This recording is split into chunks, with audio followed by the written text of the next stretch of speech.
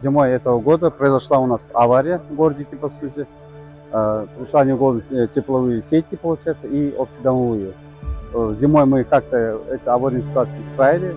Сейчас лето пришло, и согласно протоколу акимата, градообразующим предприятиям разделили дома, и нам досталось ГРЭС-1 35 домов.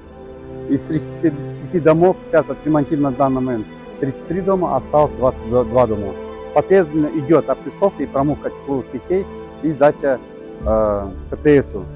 В принципе, наши бригады все успешно отработали и завершаем эту ремонтную кампанию. Вот, здравствуйте.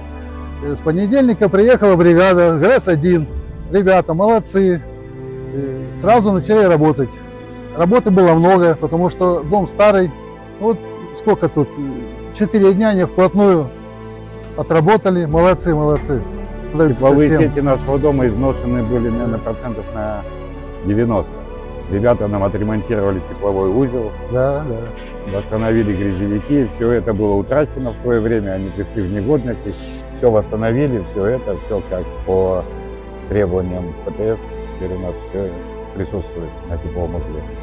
Теперь, я думаю, у нас будет тепло, и мы не будем бояться, что у нас порвутся сети.